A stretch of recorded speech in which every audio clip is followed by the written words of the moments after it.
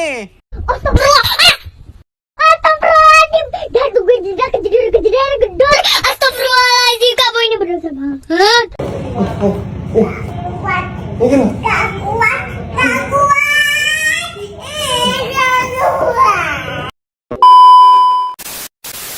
bombastic side eye, criminal offensive side eye.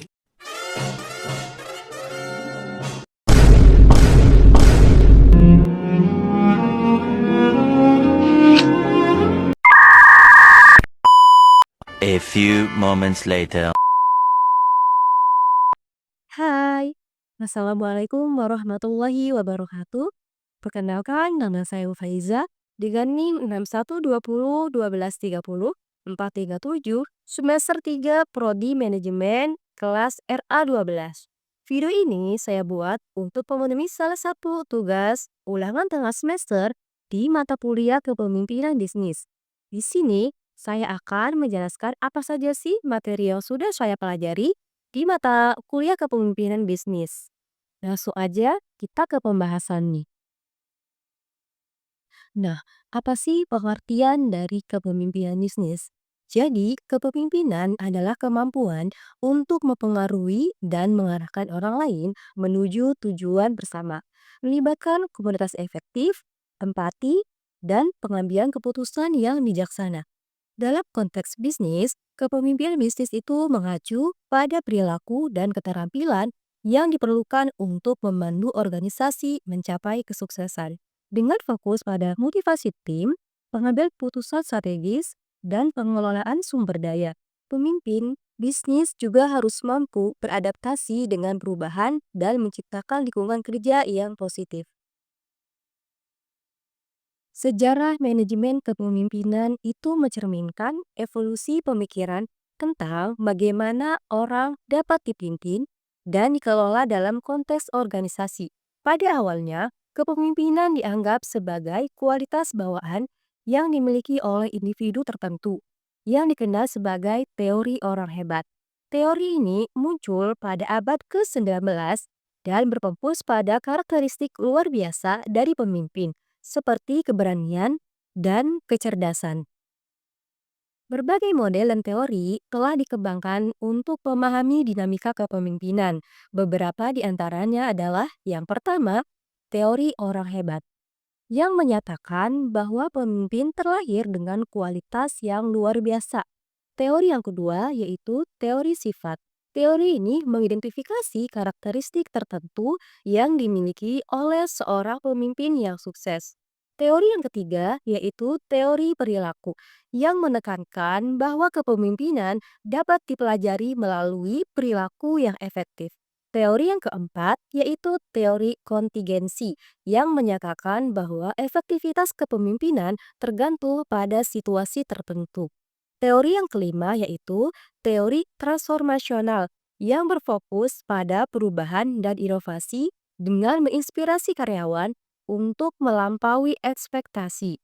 Dan yang keenam yaitu kepemimpinan transaksional, yang berbasis pada pertukaran antara pemimpin dan pengikut melalui sistem penghargaan dan hukuman. Lalu yang ketujuh ada kepemimpinan situasional, yang menyesuaikan gaya kepemimpinan berdasarkan kebutuhan individu anggota tim. Contoh penerapan teori-teori ini dapat dilihat pada perusahaan teknologi besar, di mana pemimpin seringkali menggunakan pendekatan transformasional untuk mendorong inovasi dan kreativitas di kalangan tim mereka.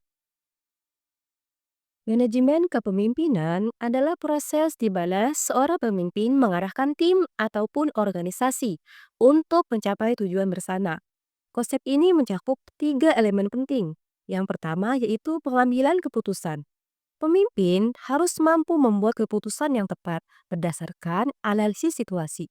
Yang kedua, ada komunikasi efektif, yaitu kemampuan untuk menyampaikan visi dan mendengarkan masukan dari anggota tim itu sangat penting. Lalu yang ketiga, ada empati, yaitu memahami perasaan dan kebutuhan anggota tim untuk membangun hubungan yang kuat.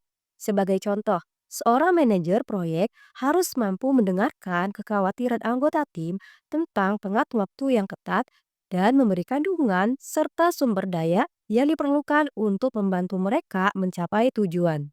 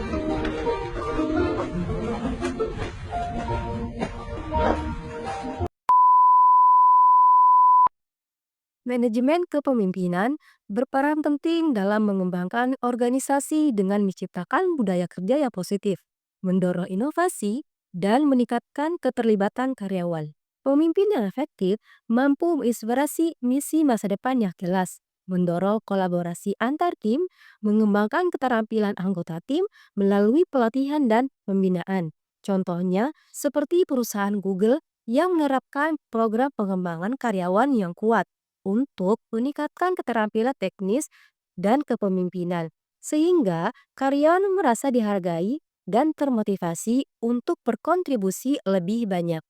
Kepemimpinan juga sangat erat kaitannya dengan motivasi kerja karyawan.